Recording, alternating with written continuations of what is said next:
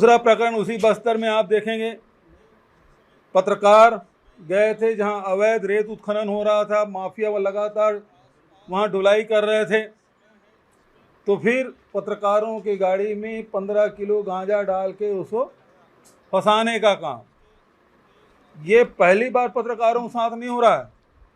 Bharatiya Janata party की सरकार में इसी प्रकार से पत्रकारों को गलत ढंग से फंसाकर उसमें जेल में डालने का काम हुआ था। और उस समय आप याद करेंगे कि एडिटर गिल्ड जांच करने आई थी और फाइंडिंग में यही पाया गया कि सरकार के खिलाफ जो न्यूज़ जो पत्रकार ला रहे हैं वो सरकार के खिलाफ जा रहा है। इस कारण से पत्रकारों को गलत मामले बना के जेल में ठूसा जा रहा है। तो अभी भी आप ये तो जीता जागता उदाहरण है, पत्रकार गए थे अवैध रेत उत्खनन के मामले की जांच करने, उसकी स्टोरी बनाने, और उसको ही गिरफ्तार कर दिया। पता चला है कि उस थानेदार को शायद निलंबित किया है, लेकिन चूंकि ये दो राज्यों के बीच का मामला है, इस निलंबन से बात नहीं बनेगी। उसको राज्य सरकार को, डीजी को, वहाँ के डीजी से लिख के देना पड़ेगा कि हमारे षड्यंत्रकारी अधिकारी ने पत्रकारों को गलत ढंग से फंसाया है और वो हमारे अधिकारी की गलती है, पत्रकारों को कोई गलती नहीं है, तब जाके मामला बनेगा। क्योंकि गांजा का मामला है, इसमें तो बेल भी नहीं मिलना है, हाई कोर्ट तक की जमानत नहीं मिलती, तो फिर पत्रकारिता किस प्रकार से होगी?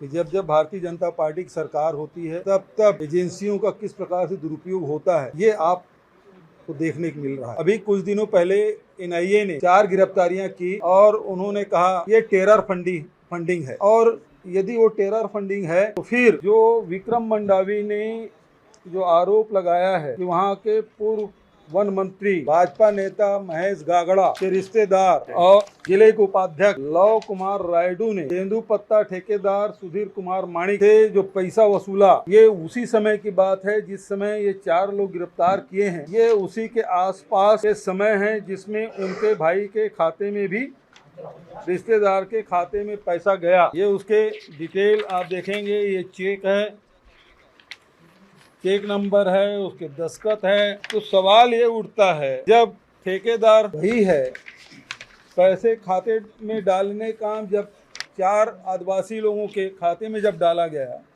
और वही ठेकेदार भाजपा नेता के खाते में डाला गया, महेश गागड़ा के भाई के और भारतीय जनता पार्टी के उपाध्यक्ष के खाते में डाला गया, तो फिर 2 प्रकार के व्यवहार क्यों? यदि वो टेरर फंडिंग है जिस बिना पे एनआईए ने 4 लोगों को गिरफ्तार किया है, तो ये भी टेरर फंडिंग है और इसकी निष्पक्ष जांच होनी चाहिए, इसकी गिरफ्तारी होनी चाहिए।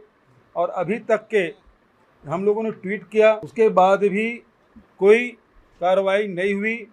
तो कल विक्रम मंडावी जी के नेतृत्व में कांग्रेस जन जाके एनआईए ऑफिस में ये ज्ञापन सौंपेंगे कि उसी प्रकार के कार्रवाई महेश गागड़ा के भाई ने भी के साथ भी हुआ है। ठेकेदार वही है और वही उसके खाते में पैसा डाला गया। पैसा लगभग 90 लाख रुपये की है। जब 60 लाख राशि में 4 लोगों को आपने गिरफ्तार किया है, तो फिर 90 लाख जब जिनको दिया गया है, 2 लोगों के खिलाफ क्यों कार्रवाई नहीं हो रही है? तो ये सेंट्रल एजेंसी का ये दुरुपयोग का हम लोग तो लगातार पूरे देश में बोल रहे हैं, यहाँ भी देखने का आ रहा है।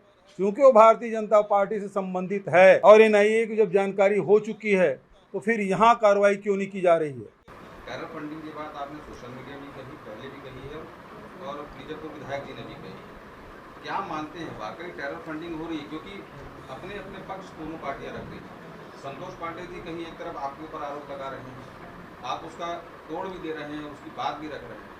आखिर में सत्यता क्या है? टेरर फंडिंग में वाकई में कोई इन्वॉल्व है या नहीं है?